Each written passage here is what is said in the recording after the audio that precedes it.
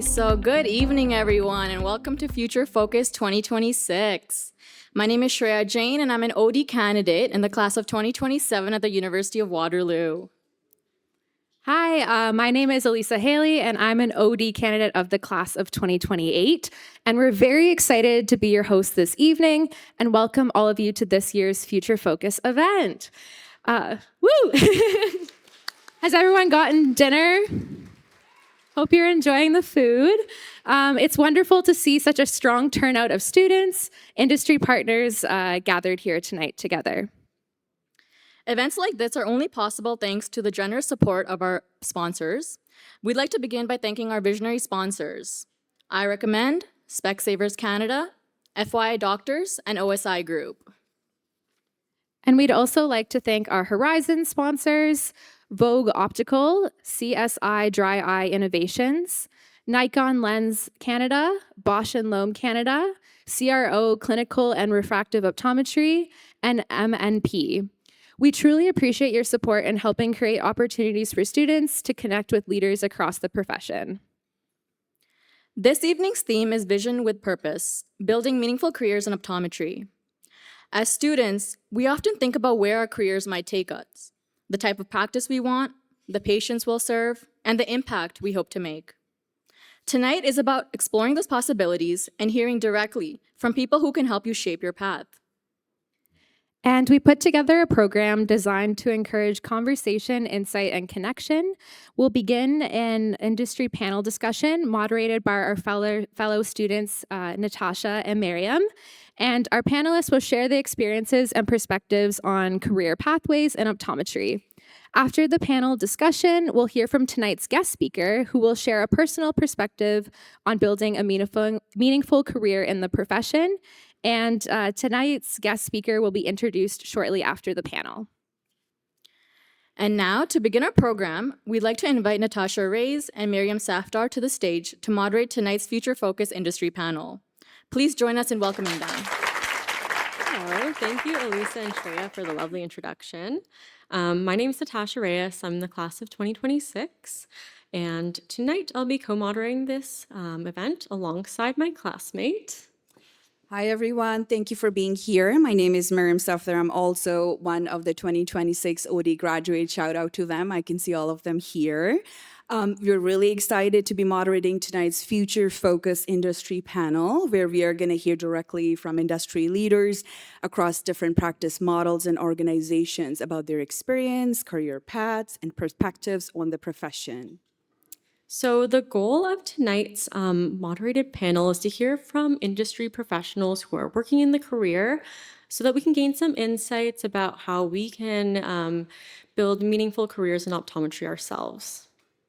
We're really excited to be joined by our panelists today and get their perspectives on the next generation of optometry.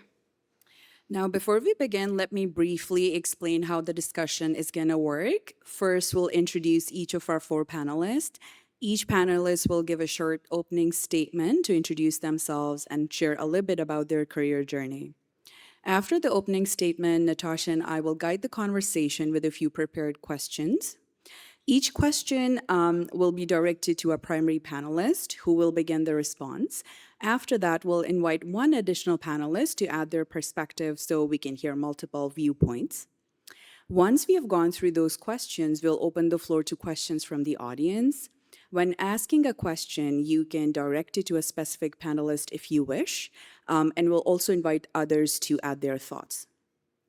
At the end of the session, each panelist have a moment to share their one final key takeaway for students. Great. So at this time, I'd like to invite our panelists to come up to the front, and we'll start our introductions with Dr. French, who will be representing FYidoctors.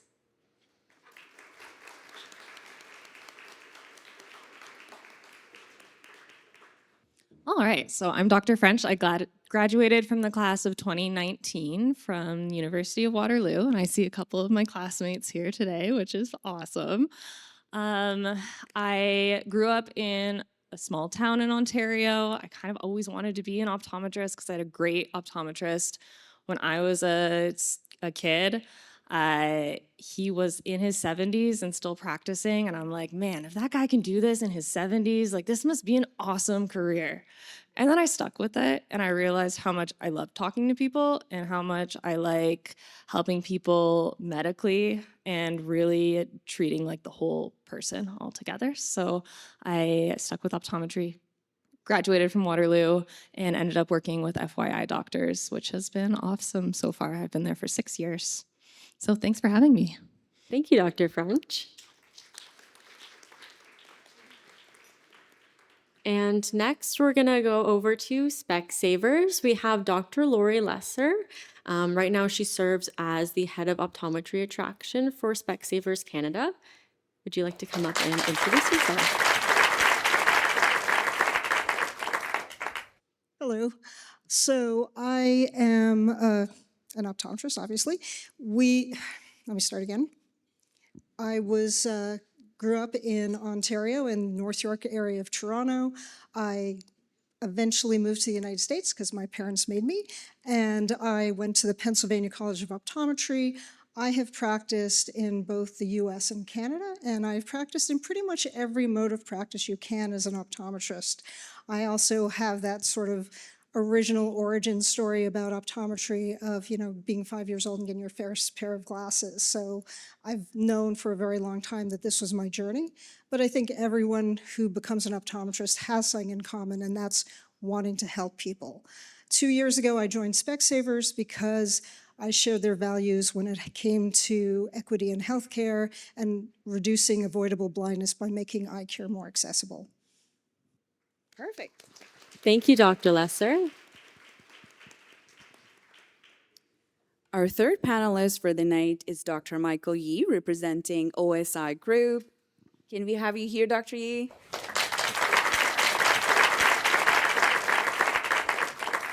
Hey guys, so I'm an independent optometry practice owner in Guelph, which is half an hour away from here. I graduated here from the University of Waterloo in 2008, where I first started working for another optometrist in the KW area for 6 years. And then in 2013, started my own office in Guelph, basically as a solo practitioner in private practice. We've grown a bit since then. We're a 3-doctor clinic now. We're still a small clinic because we have 4 staff and 2 exam lanes. But now we're doing more myopia management therapy at our clinic.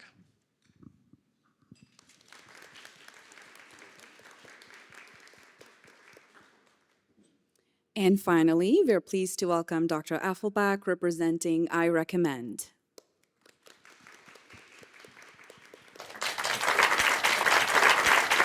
Hi, everyone. I'm Robin Apfelbeck. I practice right here in Waterloo, just down King Street. I graduated from Waterloo in '99, so I've been here 27 years. I'm feeling a little bit old. I, right out of graduation, purchased a practice from a retiring doctor who had a specialty contact lens practice. So immediately I was immersed in RGPs and ortho-K and sclerals, and I have a big myopia control practice. But my passion is dry eye, and about 10 years ago I established my dry eye spa, where we do IPL, radiofrequency, and now we do PRP serum drops. I have a medical esthetician on staff, and we do aesthetic work as well, skin tightening, lid lifts, hair removal. And in 2009 is when I joined I Recommend. I wanted to bring my practice to the next level, and I Recommend is a group of independent optometrists across Canada, supporting each other through networking and establishing education and conferences, and I'm really proud to be part of the really big network.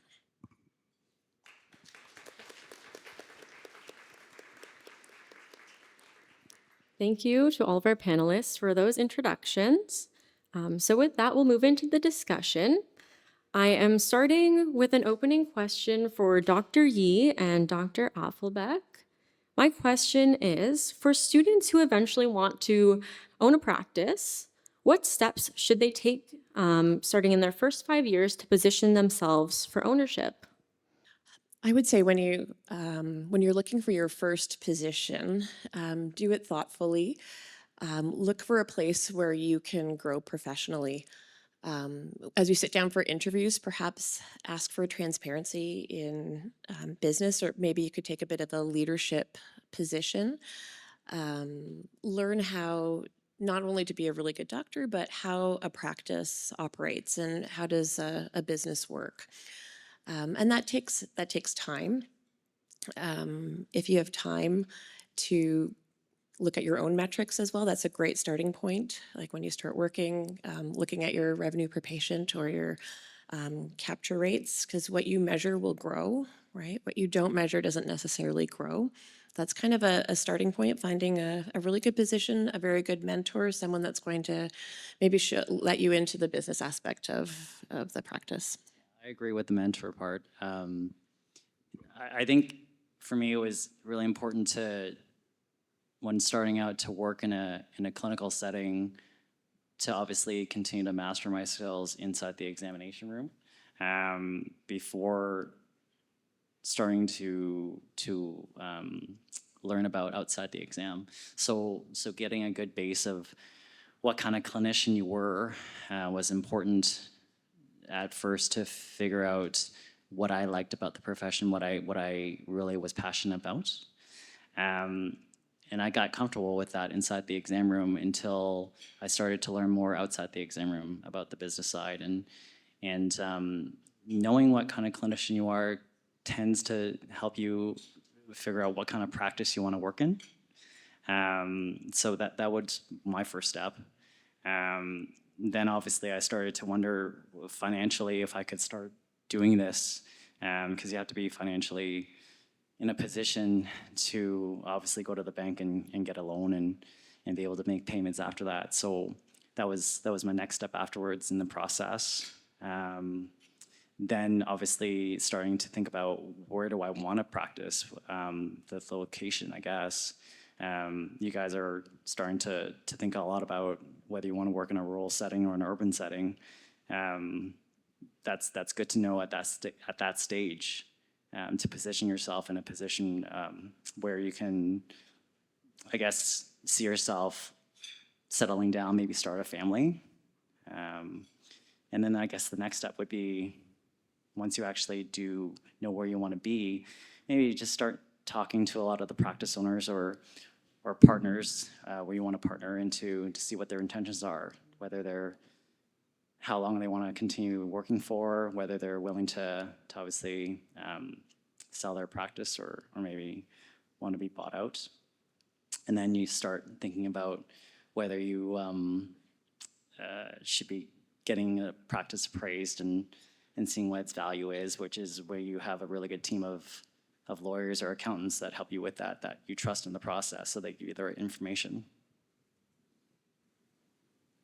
Those are some great viewpoints. Moving on to our second question, and I'll address it to Dr. French and Dr. Lesser.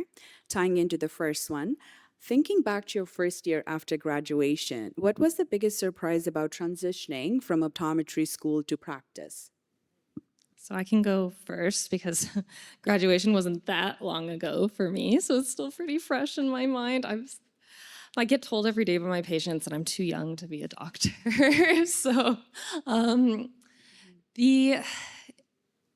when you graduate from school, you have all the knowledge that you need to succeed. All of it is there. Your professors have made sure that you are ready to go out there. You've passed all your exams, you've passed boards, you can do a full eye exam. You don't need to worry about your clinical skills because they're there. You just have to trust in yourself that they'll come out when they need to, okay? For me, the more difficult transition was getting to work every day and not knowing what to expect.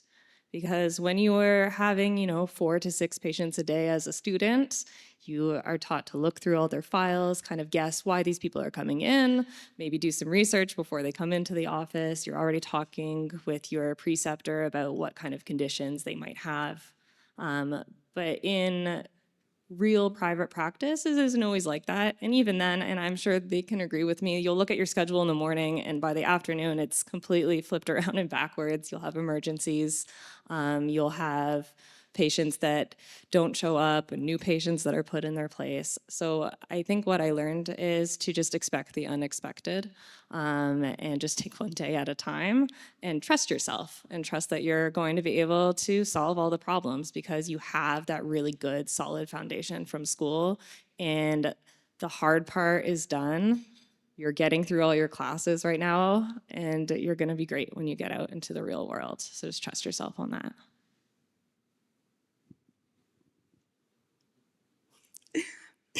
Yes, it's true. I graduated in the 1900s, so it has been a long, long time ago. But I still remember that first year out of optometry school because there were a lot of surprises. Yes, I went to a school and I was very good at what I did, and I was very strong in my coursework and my clinic work. I started off working for a private practice doctor. He had these amazing plans. I was going to take over his annex practice. The only thing he hadn't figured out was how to pay me. And even back in the 1990s, there were things called student loans. So my second job was with a doctor who had multiple subleases in a more corporate environment. And I worked for him for quite a few years. But what surprised me the most, I don't think I realized at the time, was that neither the private practice doctor or the corporate doctor was there on my first day, checked in on me in the first week, ever really assumed that I was just doing what I needed to do and never really gave me any kind of support. And as a new grad, you have a little bit of, imposter syndrome. And so you might have questions, but if the person you're working for doesn't seem available, you don't want to ask any questions because what if he thinks that I don't know what I'm doing? And so you start practicing on a little island by yourself. So my suggestion is wherever you end up practicing, make sure you have the support you need from the doctor you're working for, and don't be afraid to ask questions. If they don't want to be a good mentor to you, it's probably not a good opportunity. Great. Thank you, Dr. Lesser and Dr. French. As someone who's graduating this year, I appreciate it. We're going to move on to our next question. This will be directed to Dr. Apfelbeck and Dr. French again. So for students who are interested in developing a niche area of expertise, like myopia management, specialty contact lenses, dry eye, how can they start building those skills early on in their career? I would say if you're asking that question now, you're starting at the right time. Just like to your point about starting early, about thinking about practice ownership, you should start early about thinking about a specialty.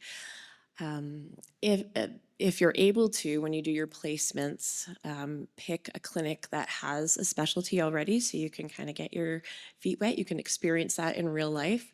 If you're not able to, maybe do some shadowing, even a couple days of doing scleral fits and dry eye can be helpful. But look for education in this beyond your curriculum. I would say a lot of the specialty things that we do, you don't learn in school. Even as a student, you could go to a conference like the Myopia Summit or Dry Eye Summit and start learning, connect with, industry leaders and look at technologies before they're mainstream. Even social media, you can follow some of the dry eye masters there. And there you can kind of build your clinical identity and be sort of your name associated with that clinical specialty even before you get out there. And I totally agree with that. I didn't end up doing a residency after optometry school. I just went straight into practice, but I did have a really strong interest in myopia control and specialty contact lenses. And by far the most information that I'm using on a day-to-day basis is not necessarily what I used in school, but it's what I've learned at going to all my continuing education courses. And you can tailor your CE to what you're interested in. So as we all know, we need 70 hours after we graduate in a 3-year cycle. So you have to take CE, but it's a great opportunity for you to tailor those courses to what you're interested in, how you want to form your practice and really grow as a clinician. And then you also have to think about, okay, if I want to do myopia control, what kind of equipment do I need for this? And your reps are really good to lean on for that, and for fitting contact lenses as well. Oftentimes, if you're looking at a fit that is difficult or confusing for you, you can call up your rep and they'll talk you through everything.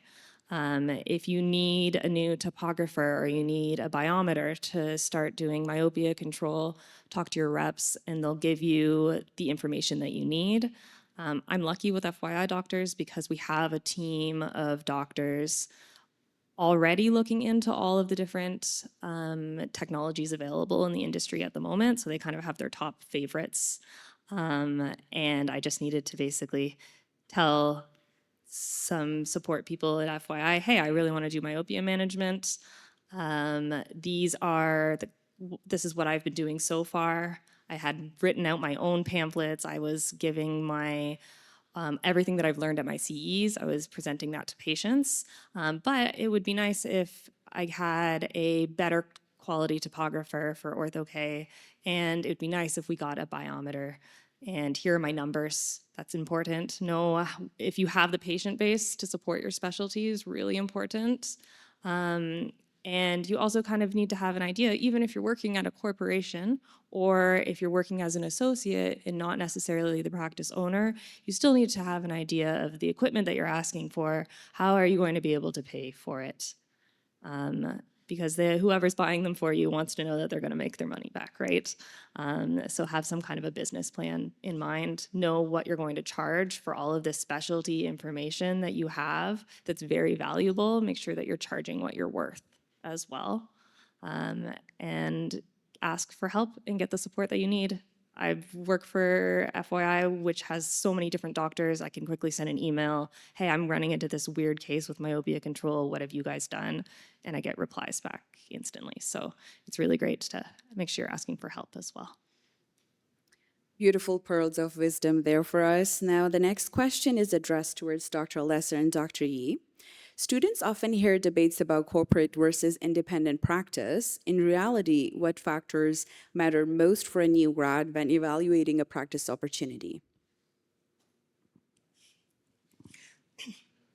So what I've discovered in my many years of practice in many different modes is that where you practice isn't as important as how you practice. And so there's some great corporate opticals, there's some great private practices, and there's some not so great in both categories as well. At Specsavers, we have OCTs and visual fields. We do myopia management. The doctors who work with us have the tools to treat and manage ocular disease. My pal over there, Theo, Dr. Buza, he does binocular vision therapy, he does Ortho-K. There's a lot of things you can do in a corporate setting that you might be surprised about. What you should be looking at is how many patients an hour are you going to see? How easy is it for you to take time off? Do you have a supportive system around you? Is the staff in the clinic that you're going to work in happy all the time? Do they enjoy being there? Because if you have a clinic and the person who first meets your patient isn't the most pleasant, that's going to affect your comfort level when that person gets into the exam room. So it's more about how you're treated, who you're working with, and having the right technology to do what's best for your patients. If you decide, oh, I only want to work for a private practice doctor, and that doctor hasn't changed their equipment in 25 years, you're not going to have the technology you want. If you go, oh, that's a cute little optical in the mall, I think I want to work in there, and they have no equipment other than your standard refraction, and slit lamp, you're going to find that your scope is very limited. So there's a lot of things to look at, but is it corporately owned or private owned is probably the least thing to worry about. It's the other factors that make more of a difference. Yeah, good points. I think one of the more important factors that I would look into is when I'm evaluating a practice opportunity is whether the practice and the practice owners have a similar philosophy to how I practice and how I would do things, especially when you're transitioning to take over their office or their patients. It probably might be a good idea if you're considering a practice to take over, maybe first getting a sense of how the doctors are and the staff are by possibly working there 2 or 3 days a week as an associate first. You get a really good chance to meet the staff that way, get a feel of the systems that are in place before taking over the office. It's also important to be able to get to know the staff before you take over the business too. They get to know you as well. And then finally, you actually get to meet the patient base as well while you're an associate before you're actually taking over the business. For me personally, when I was evaluating whether an opportunity was a good one or not, I guess the most important thing for me was knowing what my goal was professionally at that point in my life. The most important thing to me was to have full autonomy over the decision-making, the direction I wanted to take the clinic in. That mattered to me a lot. And starting a practice from the ground up, cold start, you get to set the tone in terms of the culture that you create.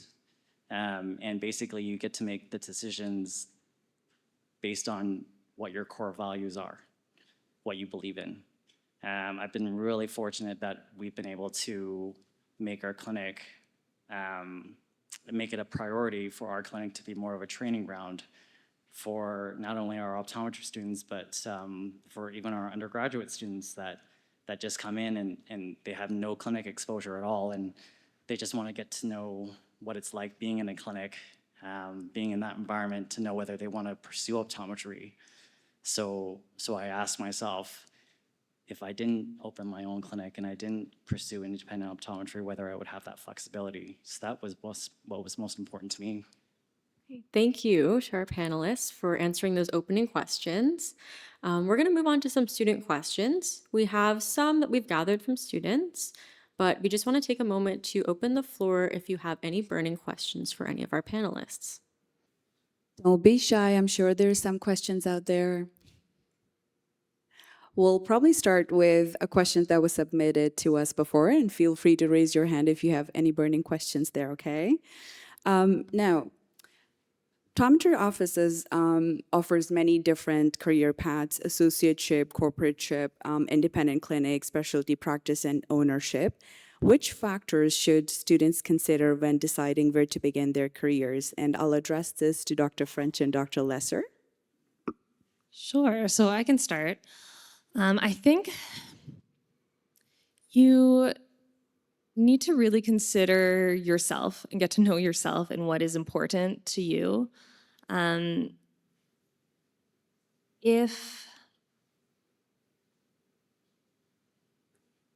If you've given yourself chances to work in different practices, that's very helpful. So you can see what type of things you agree with and what type of things you don't agree with, and how you would see yourself practicing and what your values are. Because as we've seen on this panel, there's so many different ways of practicing optometry, and neither one is better than the other. There's no right or wrong, it's just different. So find what is the most helpful for you. From my perspective, I knew for sure I didn't want to own a practice. I didn't want to deal with HR. I didn't want to deal with all the numbers and the accounting and the budgeting. That just really wasn't my style. And I'm amazed how people can do that. That's amazing. But that was not for me. So I loved meeting the people at FYidoctors and seeing that like the practice basically just runs itself, and I get to show up and see my patients and provide as much feedback as I'd like to how the practice is run. And they still ask for my opinions on things, of course, and when we're hiring, I still meet everyone. But I know that if I wanted to take a step back and be less involved, then I could do that if I wanted to. And I also knew that I really wanted to be part of a community and be able to go to events like this and get support from my peers and other colleagues. And I joined a company that did that for me. Yeah, so same thing. You really should maybe try out some different opportunities. Don't close your mind to certain opportunities because you've always thought you wanted to be one thing or the other. I actually came out of optometry school thinking I wanted to do vision therapy until I realized I don't really like children. So, you know, there's things that you expect and then you find out, oh, this is different when you're not examining, you know, people who can answer you.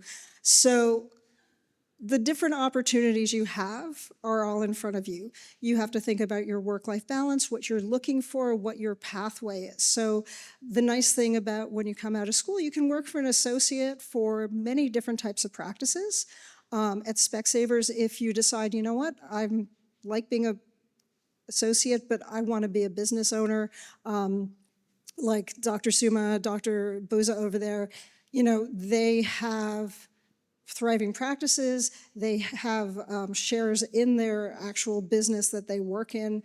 They have autonomy over how they practice, and they have a voice in how everything is run in the clinic and in the optical side. And so you can have sort of the feel of being a practice owner with a little less of the headaches because you have a partner in the business with you and you have the support of a large company.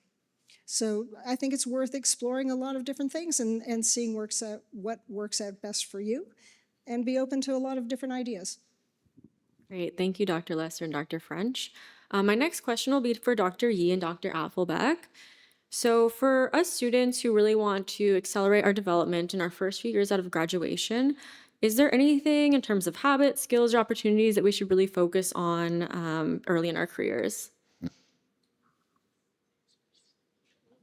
My turn. Yeah, I mean, I think when I first graduated, I don't know about Dr. Apfelbeck, I was still focusing on primary care. I didn't really know a lot of specialties at that time. You can probably talk more about when you graduated, whether a lot of opportunities were presented to specialize. It wasn't for me. Now I couldn't think of anything more boring than primary care. But that's when you get comfortable and you start dabbling in certain areas. So I wanted to focus on primary care first because you're going to see a ton of that, obviously, but that's what you should master because you're going to help the most people there. But then you'll realize that your work is more purposeful when you're actually helping that one person that nobody else can help or that very few people can help. And that's where specialization does come into play and become really rewarding, in my opinion. Do you agree, Dr. Al? I would say definitely. I mean, after years and years of practice, primary care and refractions does become tedious. One of my wow moments was a patient that I treated for dry eye that was in a lot of pain and we've all heard of post LASIK neuralgia and how like suicidal tendencies, it's a real thing, right? And after treatment, he told me I changed his life. Now that's not something like I get from my primary practice, right? That's not something I do, you hear every day, but it's very fulfilling and rewarding, kind of branching out into something outside the normal box of practicing every day. And I think similar to some of the other questions, just trying to start that early on and thinking about what is going to fulfill you. Think about what you want in 10 years from now. Like I know we all want to pay down our school debt, but working that debt off in a smart way isn't necessarily like the quick way. And just kind of thinking about your future and how you're going to get there. Just the case of the neuralgia, what did you do there? We did IPL and radio frequency to nice. improve his pain. Yeah. Nice. Yeah. Perfect. Sounds good. We have another question. So when you meet a new hire, like a new grad, what qualities or behaviors stand out most in candidates who are likely to succeed? What do you look out for? And I'll address it to Dr. Lesser and Dr. Yee.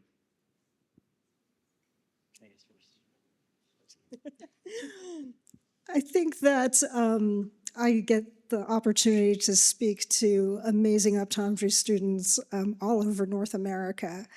And this generation of, the next generation of optometrists, have so much passion and care about really doing what's right for their patients that I'm very confident that everyone in this room is going to make a change in someone's life.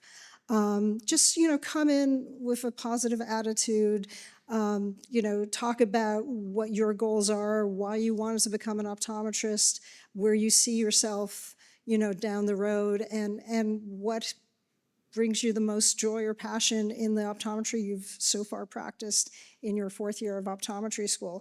I don't think it's really a right answer. I think it's really just being your best self and being authentic when you have those first interviews, and that's what we're looking for. Yeah.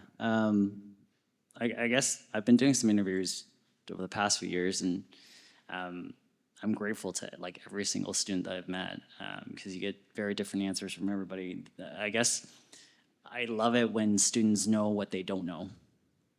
I love it when students know when they're under too much pressure. I love it when students actually know that they need to slow down. Because it's hard to say that, right? Especially to a person that is potentially your boss. But that just shows a tremendous amount of growth to me. You're willing to learn, you know that when something's too much, and you're willing to dictate your schedule to show that. We all on this panel would say comprehensive care means knowing when to slow down and when to analyze things and take a step back. I don't think I'm saying anything that nobody else would say up here when it's okay to be able to say I need to slow things down with my schedule. I need to be able to take this many minutes with this patient because I know they're going to be difficult and I won't know what to do. Can I ask you for help when I need it? You're not bothering me when you ask that. I don't think you're bothering anybody on this panel when you're asked that. Again, it just shows a tremendous amount of maturity. That's what I look for. Great. Now I have a question for each and every one of you. So what career advice were you given early on that you later realized didn't apply to you and you maybe wish you had ignored? So each person had one piece of advice. Do we have to start on this side? If someone else wants to jump in first. I couldn't actually hear the question. Could you repeat that? Of course, yeah. So what's one piece of advice that you were given early on in your career that maybe you wish you had ignored because you feel like it didn't apply to you and kind of changed the trajectory of your career path? Oh, I actually do have one. Okay, so it's about scheduling, and in general, I was kind of taught like the more patients you see, the higher your income is going to be. And you really got to get that full schedule in order to, pay off your student loans, right?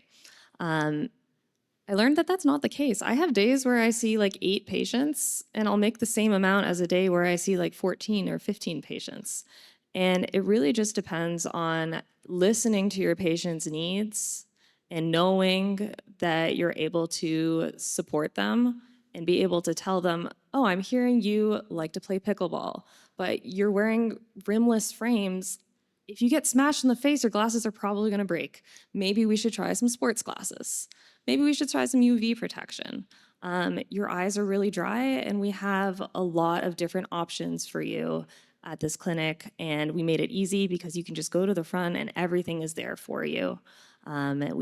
With all the instructions, and my staff will teach you how to use everything. So you can be very productive you don't necessarily need to see 1 million patients in a day, as long as that you're smart about it and you're taking the time and really listening to what the patient is telling you and really helping them, and always, always, always pay attention to their chief complaints.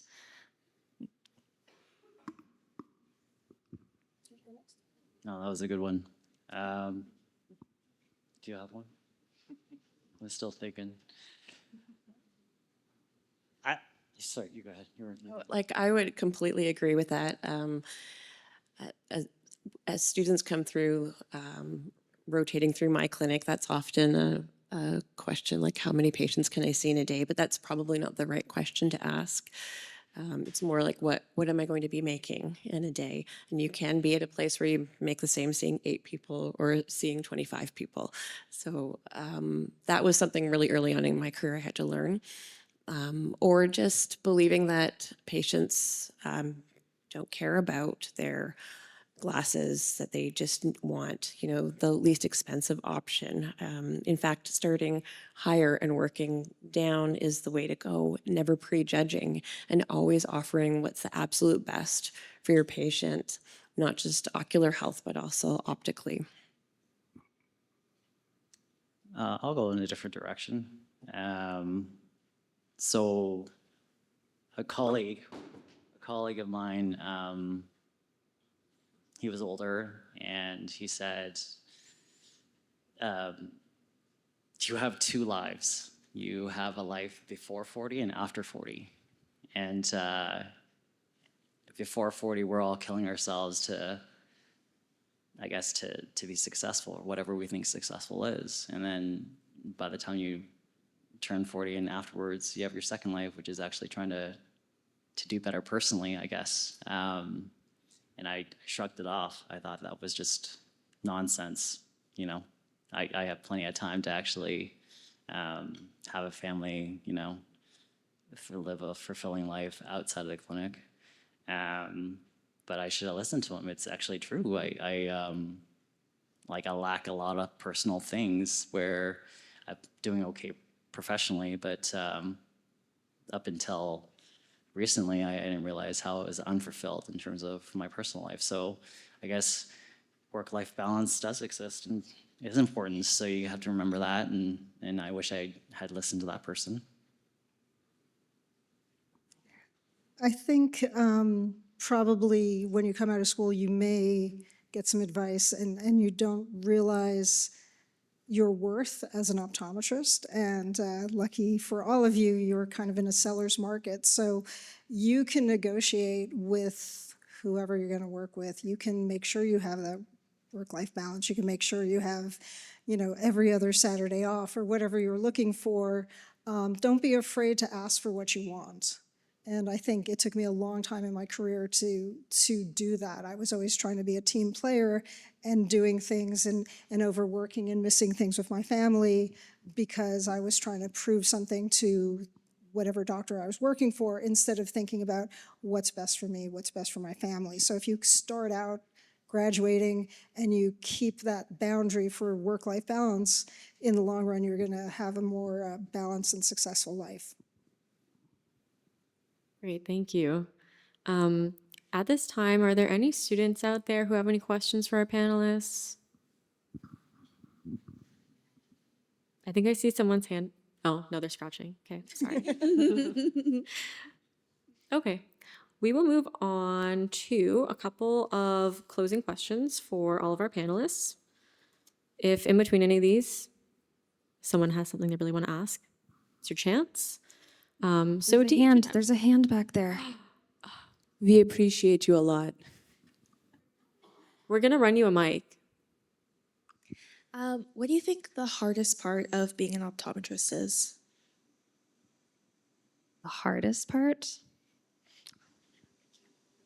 Probably giving bad news, for me personally.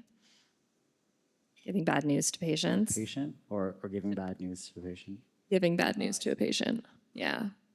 Or the thing that I hate most about the job is having to write to the ministry and say that our patients aren't meeting their visual standards. Yeah. That's probably the hardest part because most of the time we're able to catch a lot of diseases before it's too late. But every once in a while, there's a diagnosis that maybe wasn't caught early enough or is progressing too quickly. And we have to tell our patients that they're losing significant sight. And that's probably the hardest part for me. Yeah, I would agree. Whenever you have bad news, I mean, the beauty of becoming an optometrist is that in general, you're giving good news, you're changing people's lives just tangibly by just handing them a pair of glasses. And then, 1 out of every 100 or so patients, suddenly there's something very serious that you have to discuss. I think the other part that's kind of hard is The different demographics that you work in. Sometimes you'll have patients who, just don't have a particularly nice personality, and you have to remember not to take it personally and to think about the bad day they probably had before they sat down in your chair and were rude to you. And that's something you have to learn over time.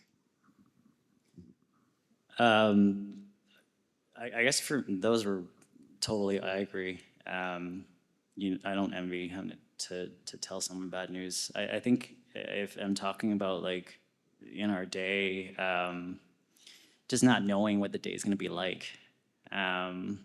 Some days are going to be awesome and you'll have 10 patients that are the simplest patients ever. And you'll actually be able to have lunch and it'll be a good day. And then some days you had no idea that you'd be, can I say this, half an hour behind? It doesn't go as planned, and it's just it's a rough day from the start. So just not knowing that, I think that's the toughest part. There's never a steady, you just don't know what the day is going to be like. I was going to say OHIP. True. That's true. That's a good. Like not being paid what we're worth. And that's kind of not just an Ontario thing, right? That's across North America. When you set your own fees, you guys, coming from school, how much you had to go through to get here, bill what you're worth. And you're not always going to get that from, provincial plans. That's kind of the pain point that we're experiencing here in Ontario right now. But I think a lot of us struggle with efficiency. So how do you make sure that you're not sacrificing the quality of care that you're giving when you're running behind? You have to really learn about how you practice and give yourself the extra time, because the beauty of optometry is that you can create your own schedule, right? We're not in corporate situation where we're sitting at computers all day and we're having to be on Zoom meetings and doing whatever our boss is telling us, right? We get to set our own schedules. Our schedules might include, 15 patients in a day, or it might start out at 8, and it doesn't really matter, and you don't need to feel bad about not seeing so many patients, because like I had learned, doesn't really matter how many patients you see if you're listening to what they need, and you'll get faster. Of course, there's going to be days where you have, that patient that comes in for a quick partial and you need to do a full eye exam and they have a retinal detachment and some other issues and you have to do a referral and send them to the ER. And that's going to put you behind, but you just have to communicate that to your patients. I'm sorry, we're running a little bit behind. We can reschedule you today, or would you like to wait? We've had an ocular emergency in the clinic. And most of my patients would totally understand that. Yeah, it's not about the quantity of patients that you see in a day. It's about the quality of care that you provide. I know that seems lame, but it's actually true. When you say you only saw 3 patients that day, well, I don't ask. The first thing that comes to my mind is, okay, well, tell me about each patient, because I know they weren't just here for a refraction, So I started off with 3 patients a day, and that was a full day for me. And yes, that was frustrating, but it made me learn from each patient, because I was able to dissect every single patient that I saw and kind of really nitpick what I could get better at. So I agree, going slow and again, mastering your craft. Once you actually perfect that, whether you like it or not, your day is going to get a lot busier a lot sooner than you think. Great. Is there anyone else in the panel who wanted to add any final thoughts to that? I would say absolutely don't sacrifice the quality. Like if you need more time when you graduate, just book more time. There's always time to catch up. You can catch up when someone's dilating or someone doesn't show up. So just start slow and work your way up. Yeah, I think that's pretty common across the board. If you're a new grad, no one's going to give you a 20-minute appointment slot. They're going to give you 45 minutes or an hour. And then as your comfort level increases, you can change it. And some people will keep, oh, I have an 80-year-old coming in. I need to add 15, 20 minutes so I don't get behind. So there's a lot of options and opportunities in any kind of practice to build a schedule around the type of patient you're seeing. And voice that too. Again, I think all of us would say we want the associate that actually knows what they can and cannot do. It's not wrong to request those things. They're gonna like it when you actually spend more time on these patients, because it just tells us that you actually care, that the quality of care that you're providing is more than adequate. And your patients like it too. My first year of practice, all of my patients left my office being like, that was the most detailed exam I've ever had. So and then they come back to you and they get used to it and you chat with them, and it's a great way to build your practice as well, is actually spending that extra time getting to know your patients as well. Yeah, I think the hardest part too, and I think you guys would agree, is can't do that forever, right? Eventually your schedule is going to be, whether you like it or not, full, where how do you keep that standard? And that's where you have to be efficient. You'll get that along the way. You just need to, it takes time. So, optometry students invest many years and significant financial resources in their education. From your experience, what can new grads realistically expect in terms of income growth in the first 5 years? And what factors most influence that trajectory? This is for all of you. As far as when you're thinking about income, unfortunately, a lot of optometry income comes from sales outside of the exam. So I think it's helpful to be in a practice that is dispensing, or in a specialty practice that charges for the actual extra specialties that they have for their patients. In the first 5 years of practice, it's tough. It depends on what area you're in. I can tell you, like, for me personally, I wasn't seeing a full schedule of patients in my first year, and I was between 2 different clinics, and I probably started out about like 80 grand maybe in the first year. And now after 5 years or so, it's probably in the like $150,000 to $200,000 range. But it really depends, and you can really work it if you want to. You just have to be kind of tuned in to the numbers that you're producing. And if you don't, like someone else said on the panel, if you're not looking at the numbers, you can't improve upon them, right? I think it also depends on where you practice too, right? Like, if you're in a rural setting, there's an abundance of patients and not enough doctors, so you're not gonna have any trouble making a livable income. Where if it's more saturated, it's gonna be a bit more difficult. Right, and there's so many other factors that are beyond your control, like COVID happens, or OHIP changes and D-lists, and insurance companies change their minds about things, and it's so hard to control that part of things too, to say how much you could potentially grow. Yeah, I think there's a lot of factors, definitely where you practice from a standpoint of being in the GTA versus being in Thunder Bay. There's a big difference. Most of the doctors who own practices at Specsavers, when they're hiring associates, they'll offer some type of daily minimum or percentage of fees, all based on giving exams, not selling from the chair, so that sometimes takes a little stress off doctors as well. I would say averaging in Specsavers for a 5-day-a-week job is probably somewhere between $140,000 and $240,000, once again, depending on location. Great, thank you. And now my final question to all is, our theme tonight is vision with purpose. So I'm wondering how each of you have personally found meaning or purpose in your work as an optometrist. And as you speak, if there's anything else you really, really wanted to say tonight and didn't get the chance, you can add it in there. I can start for that one. I think I found that I really connect with my pediatric patients, and I think that was really my purpose to be in optometry.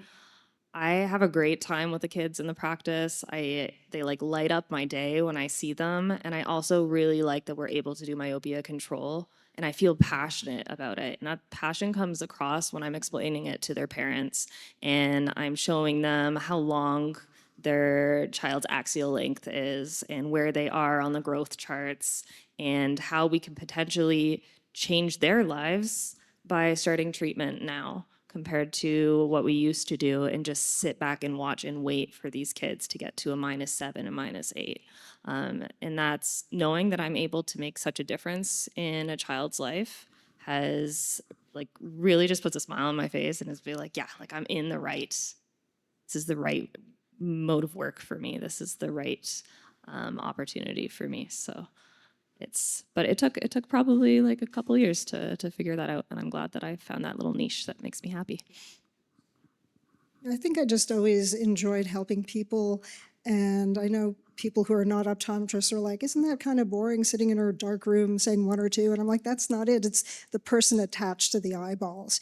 You get to meet so many interesting people, and for most of them, you're making such a big difference in their life. You're making a kid suddenly like reading, or suddenly they find out they're actually good at sports. You're improving people's work because they're not getting headaches on the computer. There's so many positive things that optometrists do every day, and we can reduce avoidable blindness. 80% of blindness is avoidable. It's just such an amazing profession, and it gives you so many opportunities, and it gives you so much flexibility on how many days you want to work, what hours you want to work, and it's very rare that you're going to get called in for an emergency, so there's a nice little less stress as well.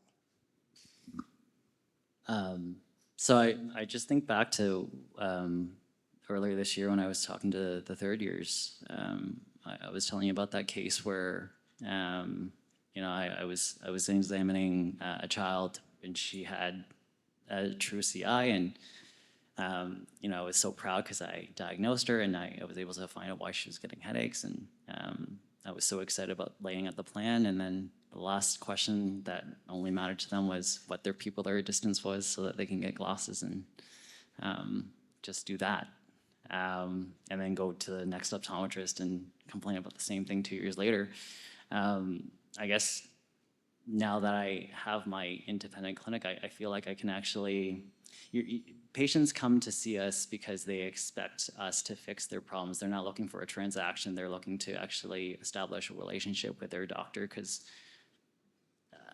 that's the biggest difference I noticed when I actually started my own clinic.